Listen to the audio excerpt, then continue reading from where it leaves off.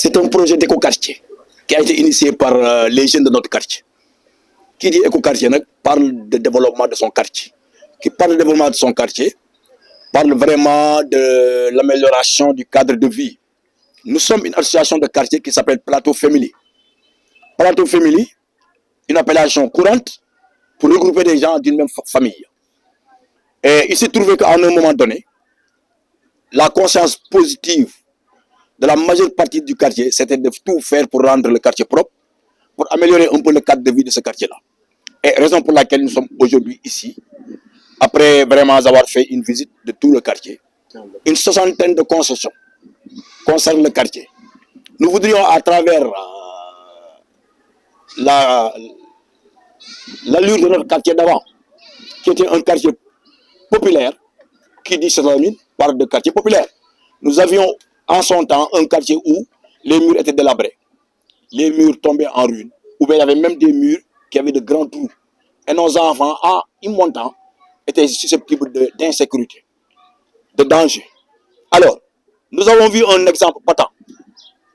Nos voisins de la rue Fucus qui ont vraiment peint leurs murs en une seule et unique couleur, qui ont planté des arbres, qui ont fait un pavage dans les rues. Et nous avons voulu recopier ce bon exemple. Raison pour laquelle nous aussi, nous avons réparé beaucoup de murs de notre quartier. Nous avons aussi pris l'initiative de les peindre de la même couleur, la couleur rouge, grise. Les portes et les fenêtres ont été peintes en grise. La stratégie, elle a consisté à faire une participation individuelle par rapport à tous les membres de notre quartier. Nos parents, nos pères, oncles, mamans, nous les jeunes, tout habitant du quartier a eu à faire une participation.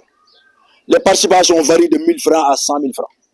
Il y en a, nos mamans, nos grandes-mamans ont donné leurs 1000 francs, leurs 2000 francs. Mais nos jeunes aussi, qui sont des cadres quelque part, qui travaillent quelque part, qui ont leur atelier, avec lesquels nous vivons, ont donné de leur participation. Nous pouvons compter plus de 187 participations. Il y a même des gens qui ont donné des sommes et qui ont réitéré encore ces sommes. Par exemple, on a des jeunes frères qui nous ont donné 100 000 francs, on en peut finir.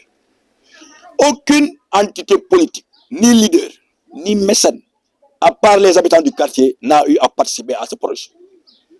Ça a été une collecte participative. Il n'y a même pas de montant. Tout un chacun a donné, vu la possibilité de ses moyens. Et c'est comme ça qu'on est arrivé à rassembler tout au long du travail à peu près plus de 3 millions qui ont consisté non seulement à abattre les arbres qui obstruaient la rue, des arbres qui étaient trop hauts, qui gênaient les fils électriques. Nous avons élagué ces arbres. Nous avons commencé à rafistoler les murs, à les peindre en marron, à peindre les grilles, les portes et les fenêtres en gris. C'est une question très intéressante. Donc, comme vous le voyez, ce n'est que le début.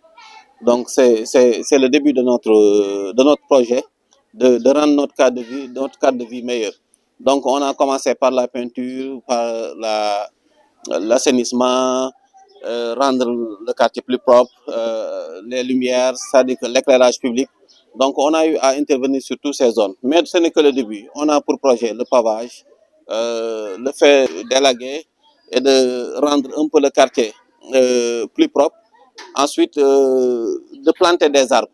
Le reboisement constitue une palette très intéressante et très primordiale chez nous. Donc, ce que vous voyez là, ce n'est que le début de notre projet et de nos ambitions. Donc, on a des idées beaucoup plus grandes, des projets beaucoup plus grands que, avec l'aide de nos frères, de nos mamans et de nos oncles qui sont dans le quartier, on va essayer pas à pas de les accomplir.